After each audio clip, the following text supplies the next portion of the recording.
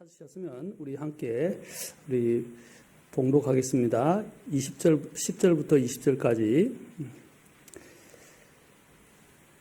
역경을 당하는 날에 내가 기진하면 내 힘이 적은 것이니라.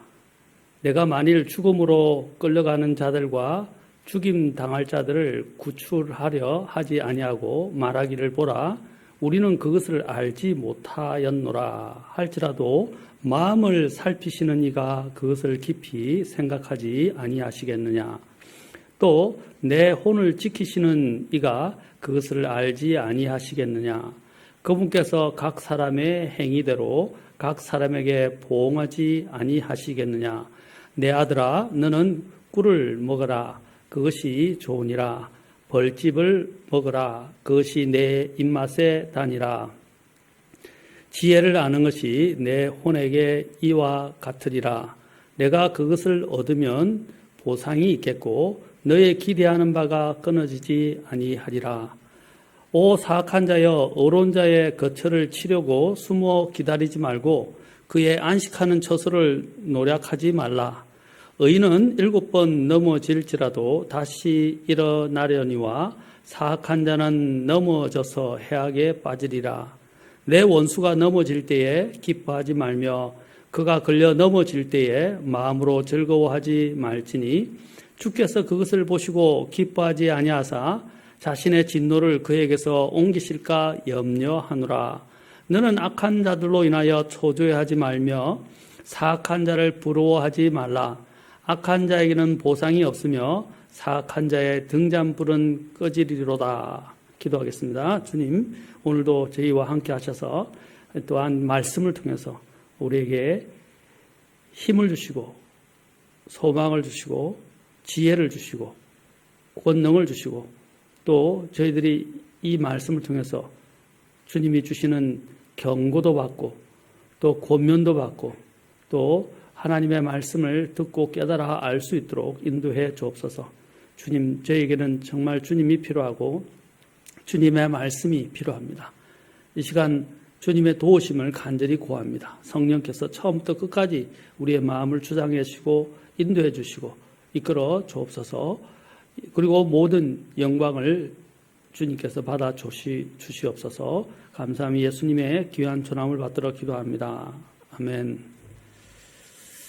자, 저는 오늘 이 말씀을 통해서 역경을 당하는 날에 우리는 무엇을 해야 하나? 역경을 당하는 날에 우리는 무엇을 해야 하나? 라는 제목으로 말씀을 선포하고자 합니다. 자, 여기에 10절에 먼저 보면 역경을 당하는 날에 라고 말하고 있습니다. 이제 잠언 24장 여기에서 앞에서 보면 먼저 1절에서도 너는 악한 자들을 보고 부러워하지 말며 그들과 함께 하기를 바라지도 말라라고 말하고 있습니다. 자, 여기에 이 잠언 기자는 그가 아마 이런 악한 자들로 인해서 굉장히 공경에 처하고 어려움이 있었던 것으로 보여집니다. 그래서 잠언 24장 1절에서부터 먼저 아까 읽었던 본문 안에도 나오지만 악한 자들로 인한 여러 가지 어려움들이 또 생긴 것으로 보여집니다. 또 자신이 삶을 살면서도 당하는 말할 수 없는 많은 어려움과 공경들이 있었습니다. 이것을 오늘 잠언 24장 10절에서는 역경이라고 말하고 있습니다. 우리가 살면서 우리가 열심히 잘하지만 또한 어려움을 당할 수도 있습니다. 때로는 우리가 잘못해서 또한 그것 잘못으로 인해서 우리는 어려움을 당하기도 합니다. 그것은 당연한 것입니다. 그러나 우리가 의의 삶을 살고 우리가 하나님 앞에서 바르게 살다가 역경을 당하게 되면 그것은 사실 고난을 당하게 되면 그것은 사실 주님 앞에서 복된 것이라는 것입니다. 그리고 굉장히 행복한 것이다 라고 베드로 후서에서는 하고 있습니다.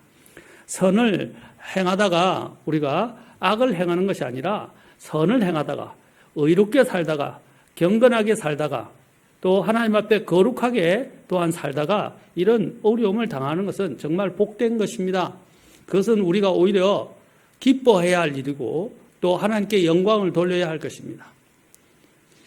그러나 우리가 잘못을 보면서 우리가 잘못해서 주님 앞에 이런 여러 가지 어려움과 고난을 당하게 될 때 우리는 그때는 우리 자신을 돌아보아야 됩니다. 그리고 하나님 앞에 회개해야 합니다. 그리고 죄가 있거나 잘못이 있거나 우리 안에 약한 점이 있거나 허물이 있거나 또 우리 안에 하나님 앞에서 하나님께서 기뻐하지 않는 하나님 앞에서 하나님께서 기뻐하지 않는 그런 일들이 있다는 것을 우리가 깨닫게 될 때 우리는 그것을 자백해야 하고 주님 앞에서 돌이켜야 합니다. 자, 단순합니다. 또 때로는 우리가 이것인지 저것인지는 잘 모르겠지만 또한 사탄이 역사에서 우리 안에 많은 어려움들을 끼치고 또 우리로 하여금 낙심하게 만들기도 합니다. 오늘 여기 보면 이 낙심과 관련된 이러한 본문 중에도 나옵니다. 낙심과 관련된 것도 나오고 또 어려움으로 인해서 넘어지게 되는 경우들도 나온다는 것입니다. 자, 우리가 여기서 이런 역경들이 우리에게 찾아오고 환난과 고난들이 찾아옵니다. 아까 고난과 환난이 찾아올 때 첫 번째 이런 어려움이 찾아올 때 첫 번째 우리가 항상 물어봐야 하는 것은 내 안에 잘못한 것이 없는가? 내 안에 죄가 없는가?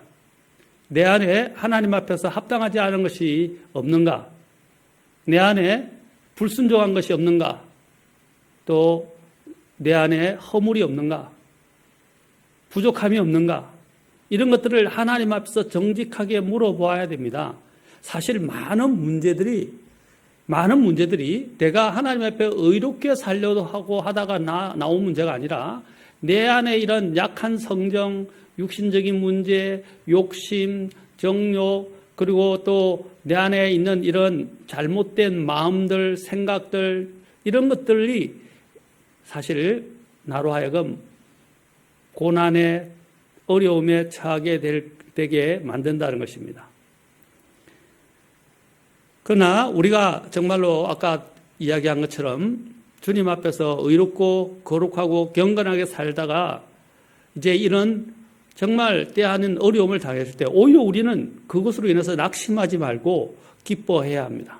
그리고 하나님 앞에 감사해야 합니다. 왜? 이 일로 말미암아 주님이 나를 드러내시고 연단하실 뿐 아니라 이 일로 말미암아 하나님께서 결국에는 영광을 받으실 것이기 때문입니다.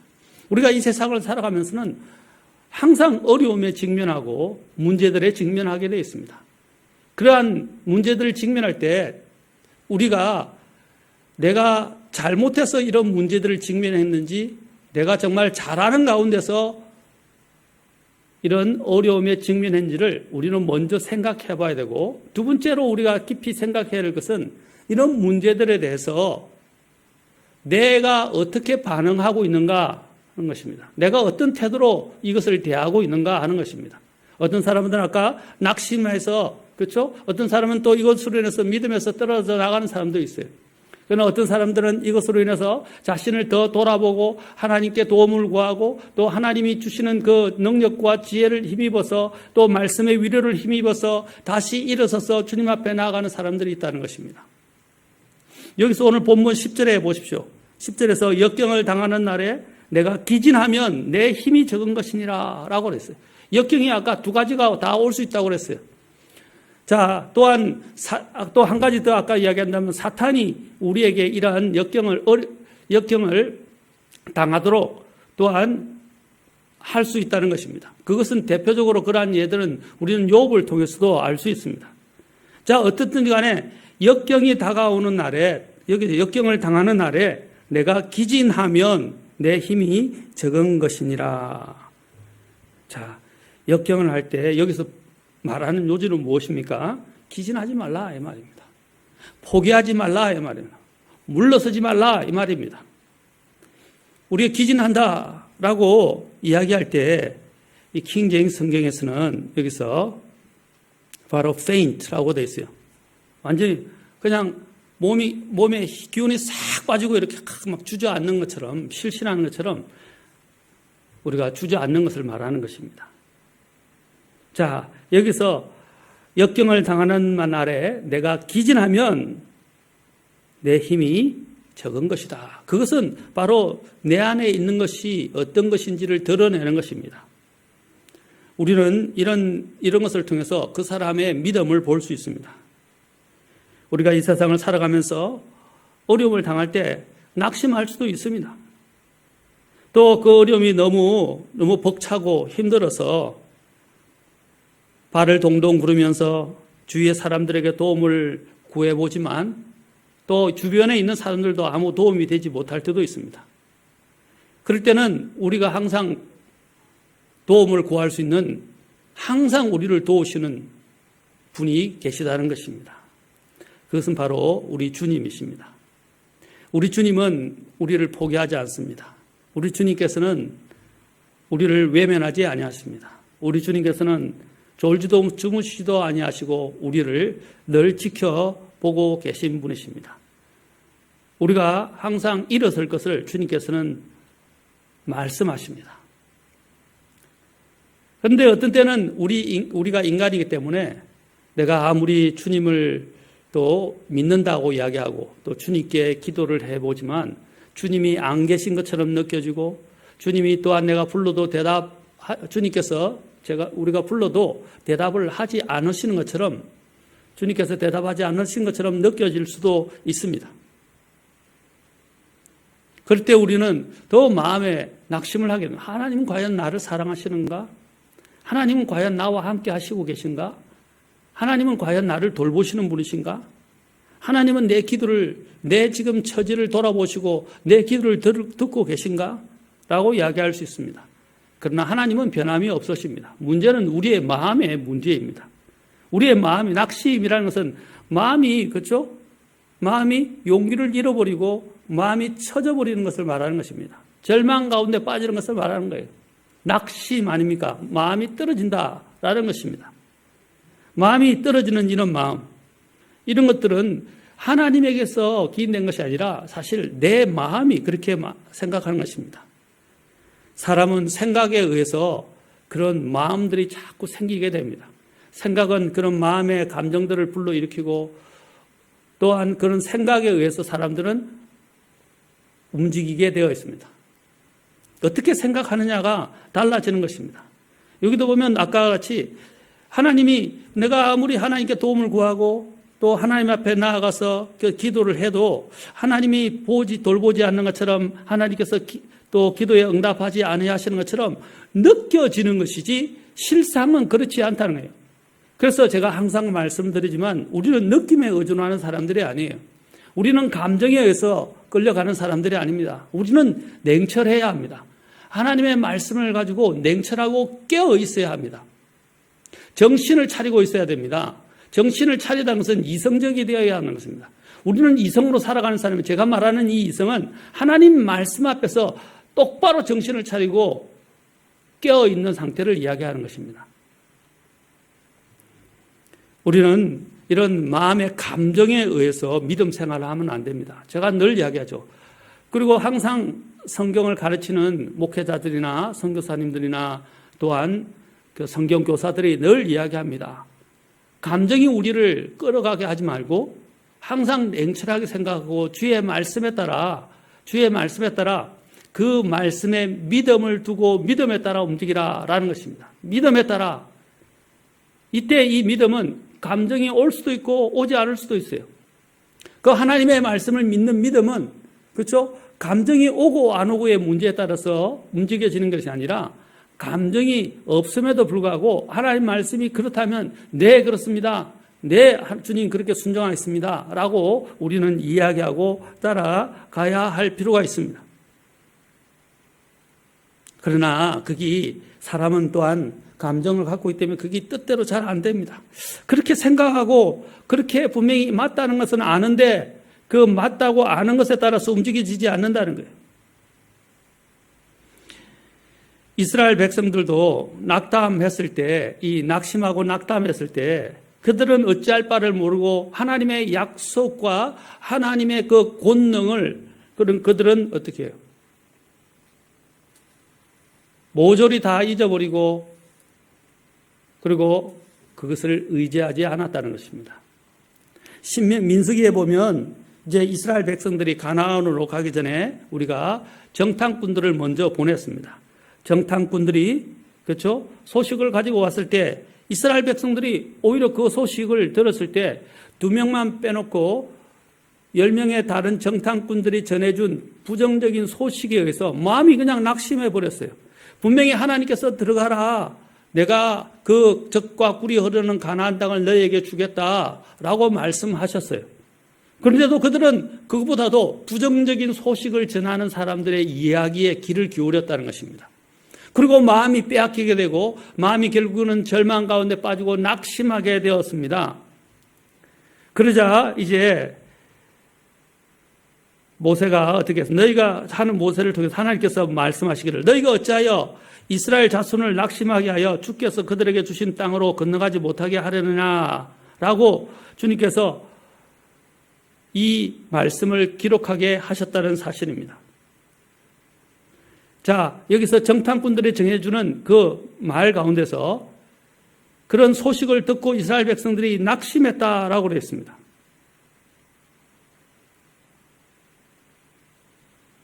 여기에 낙심하여 그러자 이제 민수기 32장에서 또 이렇게 말합니다. 2장 9절에서 그들이 에스골 골짜기에 올라가서 그 땅을 보고 이스라엘 자손을 낙심하게 하여 주께서 그들에게 주신 땅으로 가지 못하게 하였느니라. 그 부정적인 것들에 의해서 그들은 결론적으로 어떻게 했습니까? 하나님이 주신 약속의 땅으로 들어가지 못하게 되었다는 것입니다. 그 원인은 낙심이었다는 것입니다. 낙심은 하나님에 대한 믿음, 하나님의 그 주신 약속, 또 하나님께 대한 그런 소망, 하나님께 주시는 그 소망을 다 잃어버리게 만듭니다.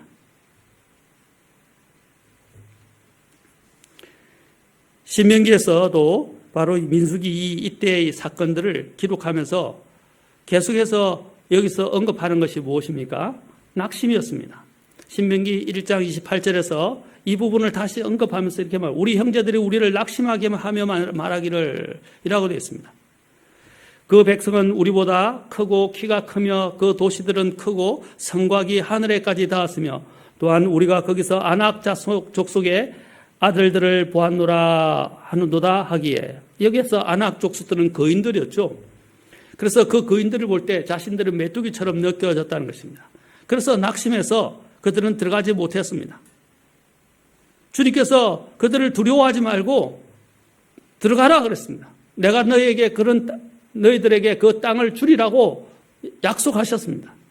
그러나 그들은 그들의 마음이 녹아서 하나님의 그 말씀, 또 하나님이 그들을 이스라엘에서 건져내서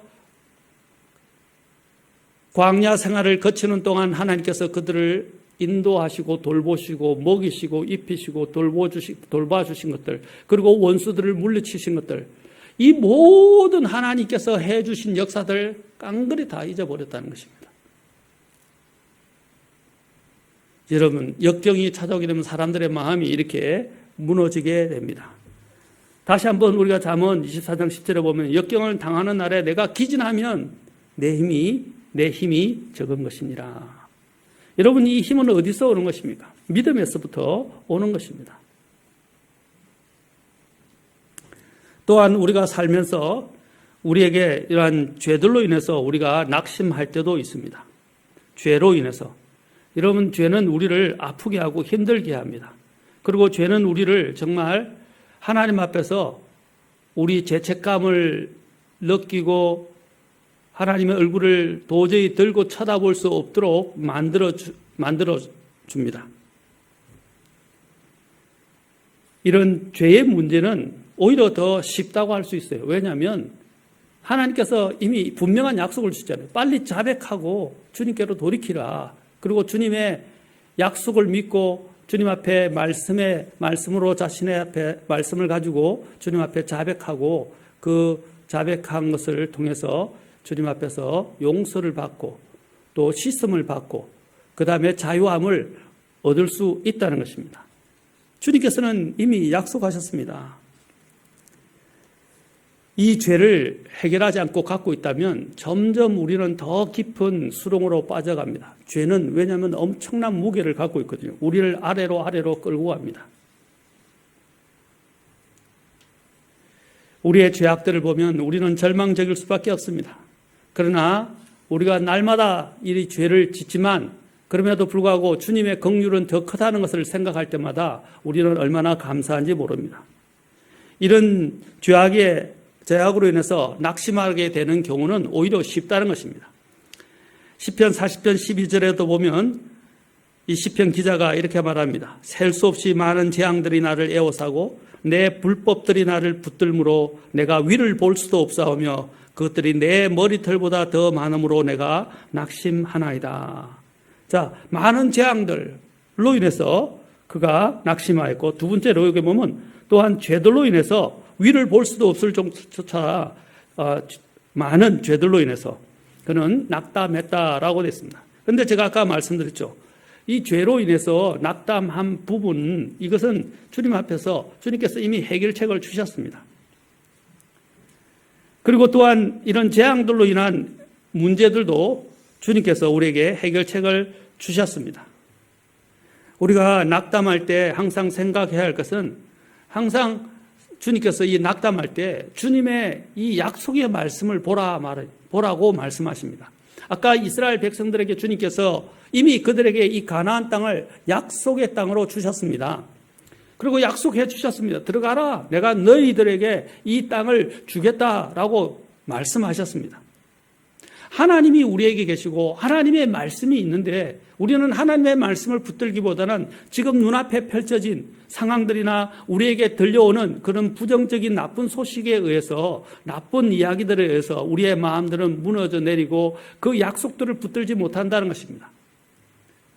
우리는 우리 앞에 이런 수많은 장애와 역경이 찾아올 때 항상 다른 주위를 돌아보지 마시고 다른 사람들이 전해오는 이런 나쁜 소식을 전해 듣지 마시고 오히려 그것에 귀를 닫고 하나님이 우리에게 주신 그 약속의 말씀을 붙들고 우리는 나아가야 합니다. 그리고 또한 그 약속의 말씀을 붙들 뿐 아니라 우리는 이러한 상황에서 하나님 앞에 기도해야 합니다. 하나님, 어떻게 하면 좋겠습니까? 그래서 주님께서는 누가복음 18장 1절을 통해서 우리가 이런 상황에서 어떻게 해야 되는지에 대해서 말씀하셨어요. 사람들이 항상 기도하고 낙심하지 말아야 할 것을 보여주시려고 그분께서 그들에게 비유를 말씀하여 라고 말씀하시면서 한 불의한 재판관에게 나아가서 계속해서 좌절하지 않고 절망하지 않고 포기하지 않고 계속해서 청혼을 했던 의로운 과부, 그 과부의 비유를 들어서 주님께서 말씀하셨어요. 이 불의한 재판관은 하나님도 두려워하지 않는 사람들이었습니다. 그래서 그는 이런 한낱 평민에 지나지 않는 그 과부의 억울함을 해결해 줄 리가 만무입니다. 어떻게 해결해 주겠습니까? 하나님도 두려워하지 않는데. 그래서 들으려고 하지 않는데 이 과부가 늘 와서 자신의 억울함을 호소하고 이 문제를 해결하려고 간청하니까 너무 귀찮은 거예요. 너무 귀찮다 보니까 이 과부의 이 청원을 들어주지 않으면 내가 잠을 제대로 못 자겠구나. 내가 괴로워서 진짜 내 일을 못 하겠구나. 쉬지도 못하겠구나. 그래서 그 과부의 청원을 들어주기로 했던 것입니다. 이와 더불어서 하나님께서 우리에게 말씀하신 것이 있습니다. 누가복음 18장 1절에서 이처럼 주님께서는 우리에게 말씀하시를 항상 기도하고 낙심하지 말아야 할 것을 보여주시기 위해서 이 예화를 드셨다는 것입니다. 항상 기도하고 낙심하지 말아야 할 것을 보여주시려고 이 비유의 예화를 들어서 말씀하셨다는 것입니다. 그러면서 주님께서 말씀하셨어요. 자, 그 불의한 재판관이 한 말씀하시면서 예수님께서 하나님은 그러면 어떻게 하시는가에 대해서 말씀하고 있습니다. 자, 이 재판관이 하는 말을 보십시오. 자, 그 재판관 그가 한동안 들어주지 아니하였으나 나중에 속으로 이르되 내가 하나님을 두려워하지 아니하고 사람도 존중하지 아니하지만 이 과부가 나를 괴롭게 하므로 내가 그녀의 원수를 갚아주리라. 그렇지 않으면 그녀가 항상 와서 나를 지치게 하리라 하였느니라 하시니라. 주께서 또 이르시되 불의한 재판관이 말하는 것을 들으라. 자, 주님께서 이 불의한 재판관이 말하는 것을 들으라 라고 말했어요. 불의한 재판관이 뭐라 했어요? 이 과부가 나는 하나님도 두려워하고 사람도 존중하지 않지만 과부가 나를 괴롭게 하기 때문에 그녀의 원수를 갚아주겠다. 그리고 그녀가 항상 나를 지치게 하지 못하도록 하겠다라고 말했다는 것입니다. 주님께서 이 불의한 재판관이 말한 것을 들으라 라고 말씀하셨어요.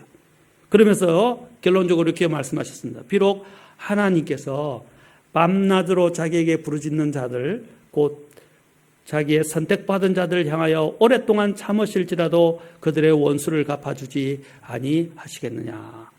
내가 너에게 이르노니 그분께서 속히 그들의 원수를 갚아주시리라. 자, 밤낮으로 자기에게 부르짖는 자들.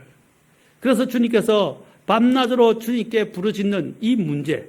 자, 1절에서 뭐라고 그러셨어요? 사람들이 항상 기도하고 낙심하지 말아야 될 것을 보여주시려고 이 예화를 들었다고 그랬죠. 그래서 주님 결론은 뭡니까? 기도하고 낙심하지 말고 기도하면서 하나님께 계속해서 구하라 이 말이에요. 왜? 하나님은 듣고 계신다 이 말입니다. 불의한 재판관도 그 과부의 끈질긴 그 간청에 그가 어쩔 수 없이 그녀의 청혼을 들어주었던 것처럼 이보다 주님께서는 우리의 청혼을 듣고 계시고 다 보고 계신다는 것입니다. 그리고 더 이 불의한 재판관보다도 더 적극적으로 더 우리의 문제를 바라보시고 해결해 주시고자 하시는 분이라는 것입니다. 사랑하는 성도 여러분, 첫째는 하나님의 약속의 말씀을 붙들어야 합니다. 두 번째로는 우리는 또한 항상 낙심하지 않게 해서 기도해야 됩니다. 주님께 부르짖으십시오. 주님께 기도합시다. 역경의 날에 우리가 해야 할 일은 그것입니다. 내가 아무것도 할 수 없다라고 생각될 때 우리에게는 주님이 계십니다. 주님의 약속이 있고 또 주님께서 우리에게 기도라는 이러한 도구를 주셨습니다. 주님을 붙잡고 나아갑시다. 또한 우리가 이렇게 하면서 주님께서는 또한 우리의 믿음의 연단을 통해서 이런 역경을 허락하실 때가 있습니다. 이런 때에도 우리는 주님의 그 신실하심 그리고 주님이 우리를 사랑하신다는 것을 잊지 말아야 합니다. 때로는 우리는 알지 못하지만 우리에게는 하나님 앞에서 아직도 바로 잡히지 않은 문제들 또 내 안에 있는 잘못된 성격들 이런 기질들 이런 것들을 주님께서 연단하시는 줄은 모릅니다.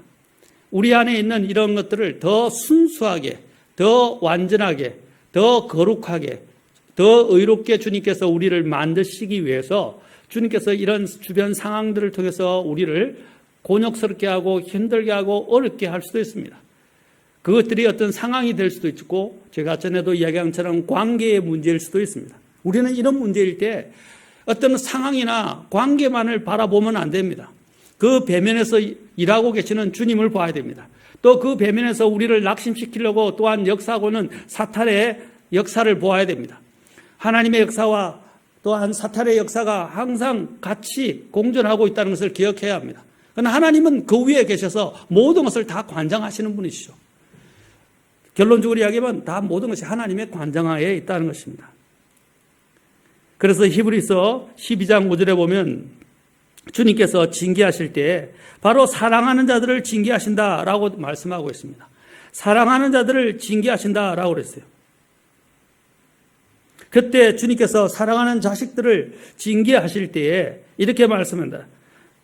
자식들에게 하듯 너에게 말씀하시는 권면을 너희가 잊었도다. 이르시되 내 아들아 너는 주의 징계를 멸시하지 말며 그분께 책망받을 때에 낙심하지 말라. 자꾸 우리는 어떤 문제가 생겼을 때 내가 잘했고 못했고 너가 또 못했고 내가 잘했고 이런 문제를 가지고 자꾸 논합니다. 우리가 이런 문제들을 앞서서 하나님께서 왜 이런 상황들을 내게 허락하셨는가? 나의 믿음을 다시 점검해 보라는 것입니다. 이것이 어떨 때 보면 나는 어렵다고 생각하지만 주님의 징계일 수도 있습니다. 여러분, 욥도 가장 인간들 보기에는 의로웠습니다. 하나님께서 그의 의로움을 인정하셨습니다. 사탄도 그의 의로움을 보고 시기했습니다. 그러나 그에게는 부족한 것이 있었어요. 여러분들이 욥기를 읽어보시면 욥기 마지막에 넘어가기 전에 욥기의 마지막에 결론이 나옵니다. 리오야단과 여러 가지 주님께서 리오야단을 들어서 결국 말하는 게 있는데 그 결론이 무엇입니까? 여러분, 우리는 나의 어려움으로 주님 앞에 서는 게 아닙니다. 우리는 아무리 어려워도 하나님의 의의 기준에 미치지 못합니다. 우리는 자꾸 하나님 앞에 나는 어려웠다, 나는 어렵다라고 이야기하지만 또 나는 그렇게 생각할 수도 있어요. 나는 정말 장하고 어렵다라고 생각할 수 있어요. 그러나 하나님 보시기에는 아닐 수 있어요. 하나님 보시기에는 항상 우리는 부족합니다. 모자랍니다. 그래서 우리는 어떻게 해야 됩니까? 항상 하나님 앞에 겸손해야 합니다. 우리의 의로움을 내세워서는 안 됩니다. 우리의 의로움을 칭찬하시고 인정하시는 분은 하나님이시지 내가 스스로 내가 의롭다고 생각해서는 안 돼요. 우리는 하나님 앞에 바짝 엎드려야 합니다. 바로 욥에게 그걸 하나님이 보여주시려고 하신 것입니다. 욥에게 그걸 보여주시는 거예요. 내가 어렵다고 하지만 넌 사실 부족하다라는 것입니다. 그게 욥의 결론이에요. 하나님 외에는 어려운 사람이 없습니다. 그가 하나님의 이런 정언과 그리고 하나님의 음성을 듣고 난 다음에 그는 뭐라고 말합니까? 욥기 42장에서 내가 티끌과 주의 음성을 그렇죠? 그가 듣고 난 다음에 그가 내린 결론은 무엇입니까? 이제 주님 앞에서 내가 티끌과 재 가운데서 회개합니다 라고 되어 있어요. 회개한다 라고 그랬어요. 욥이 어렵다는데 욥이 회개할 것이 뭐가 있었나요? 성경도 욥이 어려웠다고 이야기하잖아요. 욥에게서도 말하고 있고 에스겔을 통해서도 이야기하고 있고 욥처럼 어려운 사람은 없었다고 말하고 있습니다. 그런데 욥이 이렇게 어려웠는데 그가 회개할 것이 있었냐 이 말입니다. 그러나 그가 하나님 앞에 섰을 때 그의 모습은 뭐였습니까? 어렵지 못했다는 거예요. 내가 아무리 어렵다고 이야기를 했지만 나는 죄가 없다고 이야기했지만 하나님 앞에 섰을 때 나는 작은 허물이 많은 미물에 불과하구나 라는 것을 그는 깨달았던 것입니다. 그래서 욥의 결론이 그거예요. 그가 하나님의 음성을 듣고 했을 때 그의 결론이 바로 내가 티끌과 재 가운데서 회개하나이다. 사랑하는 성도 여러분, 우리는 이 부분을 배워야 합니다. 우리가 이 부분을 배우지 못한다면 정말 우리는 하나님 앞에 교만할 수 있습니다. 우리는 고린도서에서도 말씀하신 것을 기억해야 합니다. 내가 선 줄로 아느냐? 넘어질까 조심하라. 내가 선 줄로 아느냐? 내가 넘어질까 조심하라.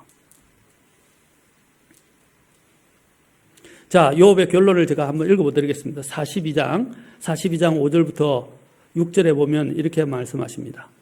내가 귀로 듣는 것을 통해 주께 대하여 들었사오나 이제는 내 눈으로 주를 배옵나이다.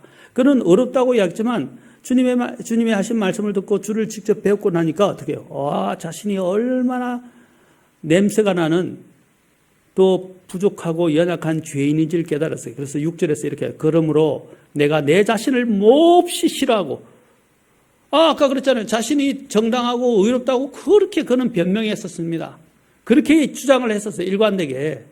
그러나 하나님을 만나고 난 다음에 그는 이렇게 말해요. 내가 내 자신을 몹시 싫어하고 티끌과 재 속에서 회개하나이다.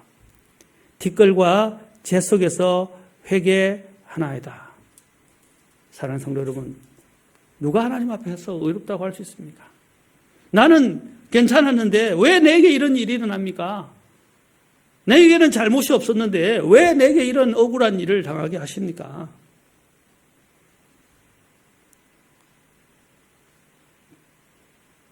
질그릇이 토기장에게 뭐라고 이야기할 수 없어요. 하나님은 우리를 더 깨끗하고 더 거룩하고 더 어려운 그릇으로 빚으시기 위해서 때로는 우리를 다시 허물고 세우실 수도 있습니다.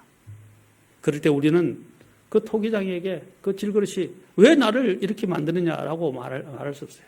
토기장에게는 뜻과 목적이 있어요. 그 그릇을 사용하고자 하는 목적이 있어요. 그 용도대로 그가 조금 잘못됐다고 생각될 때 그 질그릇이 보기에는, 다른 사람들이 보기에는 그것이 참 잘됐다고 생각되는데, 여러분 장인들을 보십시오. 장인들을 보면 이 그릇을 빚을 때 다른 사람들은 야 멋지다, 이렇게 잘 작품을 잘했나, 너무 아름답다, 멋지다 이야기하지만 아니야 하고 탁 눌러가지고 다시 허물어 떨을 수도 있어요. 그래서 다시 또 그릇을 짓는 것입니다. 마찬가지입니다. 우리는 하나님 앞에서 우리가 볼 때 또는 다른 사람들이 볼 때는 괜찮을 수 있어요. 그러나 하나님 보시기에는 아닐 수 있다는 것입니다. 하나님께서 그것을 허무셔서 다시 세워오시고자 하실 때도 있어요. 자, 그래서 결론은 히브리서 12장에서 하나님께서 말씀해 또 자식들에 하듯 너에게 말씀하시는 권면을 너희가 잊었다. 이러시되 내 아들아 너는 주의 징계를 멸시하지 말며 그분께 책망받을 때 낙심하지 말라. 그분께서 책망을 받을 때 낙심하지 말라라고 말씀하고 있습니다. 사랑하는 성도 여러분, 어려움이 찾아올 수 있습니다. 낙심하지 맙시다. 그리고 또한 이런 낙심의 때에 우리가 이제 어떻게 해야 하는가? 우리는 오히려 이런 낙심의 때에 우리는 이것을 통해서 하나님께서 나를 새로 빚으시는구나, 그리고 날마다 나는 더 새로워지는구나 하는 것을 우리는 알아야 합니다. 고린도후서 4장 16절만 오늘 읽고 오늘 여기서 정리하고 또 이후에 계속해서 잠언을 살펴보도록 하겠습니다. 자, 고린도후서 4장 16절 우리 같이 보도록 하겠습니다. 고린도후서 4장 16절. 자, 고린도후서 4장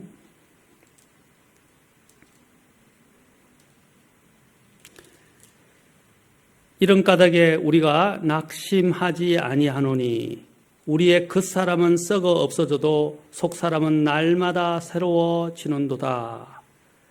자, 이런 여러 가지 역경 속에서 낙심하지 않아야 할 이유가 무엇입니까?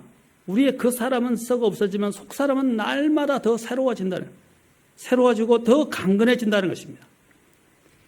이 이유가 이 말씀이 나오게 된 배경이 17절에 나옵니다. 우리가 잠시 받는 가벼운 고난이 우리를 위해 훨씬 더 뛰어나고 영원한 영광의 무거운 것을 이루느니라. 자, 이 말씀이 나오게 된 이유가 그들이 그 고린도 교회 성도들이 받는, 그리고 사도 바울과 또 그 사역자들이 받게 되는 그 고난들이, 그 고난에 대해서 말씀하는 거예요. 그 고난을 뭐라고 그래요? 잠시 받는 가벼운 고난이다. 그것들은 앞으로 우리에게 있게 될, 우리를 위해서 주어질 훨씬 더 뛰어나고 영원한 영광의 그 중한 것과는 비교할 수가 없다라는 것입니다. 그리고 우리는 보이는 것에 의해서 살아가는 사람들이 아니다는 것을 18절에서 말합니다. 우리는 보이는 것들을 바라보지 아니하고 보이지 아니하는 것들을 바라보나니. 여러분, 눈에 보이는 이런 상황들, 환경들, 일어난 현상들, 그리고 또한 관계의 문제들, 이런 것들에 의해서 우리는 좌지우지되면 안 되는 거예요.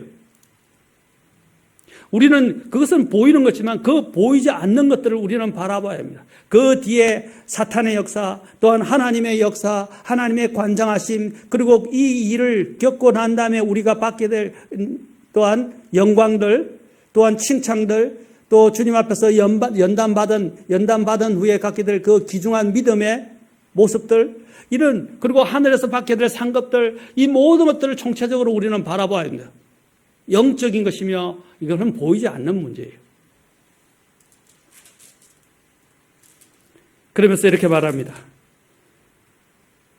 보이는 것들은 잠깐 있을 뿐이나 보이지 아니하는 것들은 영원하니라. 보이는 것은 잠깐 있을 것이지만 보이지 아니하는 것들은 영원하다. 그래서 사도 바울은 우리가 낙심하지 아니하느니, 이런 까닭에 우리가 낙심하지 아니하느니, 우리의 겉사람은 썩어 없어져도 속사람은 날마다 새로워지는도다. 사랑하는 성도 여러분, 오늘 말씀에서 뭐라고 말씀하고 있습니까? 오늘 본문이 뭐를 말하고 있습니까? 역경을 당하는 날에 내가 기진하면 내 힘이 적은 것이니라. 여러분, 이 역경의 날에 이스라엘 백성처럼 가나안을 앞두고 마음이 녹아내려서 결국에는 그들은 하나님의 징계를 받게 되고 연단을 받은 것처럼 우리도 이런 역경을 당하는 날에 기진하면 안 됩니다. 그것은 내 힘이 약하다, 내 믿음이 약하다는 것을 말해주는 거예요. 주님은 우리의 믿음이 강해지기를 원하고 있습니다. 이런 모든 상황은 모든 사람이 당하는 것입니다. 나만 당하는 것이 아니에요. 모든 사람이 당합니다. 이럴 때 우리가 이런 상황들을 어떻게 헤쳐나갈 수 있습니까? 그래서 오늘 본문의 제목이 역경을 당하는 날에 우리는 무엇을 해야 하나라는 것입니다. 역경을 당할 때 우리는 낙심하지 말아야 합니다. 그리고 주님의 약속을 붙들어야 합니다. 그리고 주님 앞에 기도해야 합니다. 끈질기게 기도해야 합니다. 그리고 또한 우리는 이것을 통해서 주님께서 우리를 연단하시고 훈련시키시고, 그렇죠? 앞으로 이것을 통해서 더 많은 것들을 주님께서 우리를 위해서 준비하고 계시다는 것입니다. 믿음의 연단 이후에는 정말 많은 존귀와 영광과 칭찬이 있을 것입니다. 우리가 그 뒤에 배면에 일어나는 이런 하나님의 목적과 뜻을 발견하고 이런 어려운 날에 기진하여 쓰러지지 않고 오히려 힘을 내어 앞으로 나아가시는 저와 여러분이 될 수 있기를 바랍니다. 다음 시간에 우리가 이 역경을 당하는 날에 무엇을 해야 하나 계속 말씀을 선포하도록 하겠습니다. 기도하시겠습니다. 하나님 아버지, 참으로 살아가면서 많은 어려움들이, 많은 역경들이 우리에게 닥쳐오고 있습니다. 이럴 때 우리는 무엇을 해야 합니까? 하나님, 우리는 이런 상황을 보고 환경을 돌아보고 또 일어난 여러 가지 현상들을 보고 또 깨어진 관계들을 보면서 우리는 참 마음이 무너져 내리기 쉽습니다. 이럴 때 주님, 우리는 우리 자신을 보지 않고 우리의 환경을 보지 않고 우리의 마음에 집중하지 않고 주님을 바라보게 도와주십시오. 주님의 약속의 말씀을 붙들게 도와주십시오. 그리고 또한 주님의 앞에 끝까지 주님께서 응답하실 때까지 기도하게 도와주십시오. 과부의 비유를 들어서 불의한 재판관에게 청원했던 끈질긴 그 과부의 비유를 통해서 주님께서 말씀하신 것처럼 낙심하지 말기 위해서 항상 기도하라고 하셨습니다. 주님은 우리를 보고 계시고 또한 우리의 기도를 듣고 계시고 또 우리를 위한 가장 좋은 최선의 길을 보고 있습니다. 때로는 주님, 내가 의로운 것 같은데 왜 일이 나에게 일어나는가? 라고 우리는 하나님께 반문할 수 있지만 욥을 생각하게 도와주십시오. 하나님, 욥은 인간이 보기에, 사탄이 보기에도 어렵고 또 하나님도 인정은 하셨지만 그러나 그는 완벽하지 못했습니다. 그에게는 한 가지 문제가 있었습니다. 하나님께서는 그것을 보고 가르치게 하신 것입니다. 욥은 하나님을 직접 보게 됐을 때 그는 자신이 주님 앞에서 얼마나 부족하고 연약한 미물에 불과한지를 알고 깨닫고 티끌과 재 가운데서 회개했습니다. 하나님 아버지, 우리가 무엇을 하나님 앞에 주장할 수 있겠습니까? 주님 앞에 바짝 엎드리기를 원합니다. 주님의 앞에 겸손하기를 원합니다. 그리고 주님의 그냥 은혜와 긍휼을 간구합니다. 하나님, 우리를 주님이 쓰시기에 합당한 그릇으로 빚어주옵소서. 이런 역경이 왔을 때 오히려 넘어지지 않고 주님께서 나를 빚어가시는구나, 나를 새롭게 하시는구나 하고 생각할 수 있게 도와주십시오.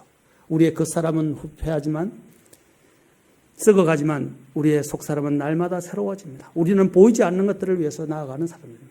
주님, 보이는 것들을 보면서 낙심하지 않고 오히려 보이지 않는 것들을 보면서 믿음으로 일어서서 끝까지 진력하는 자들이 되게 도와주셨소서. 주님 감사합니다. 우리 주 예수님의 귀한 전함을 받들어 기도합나이다. 아멘.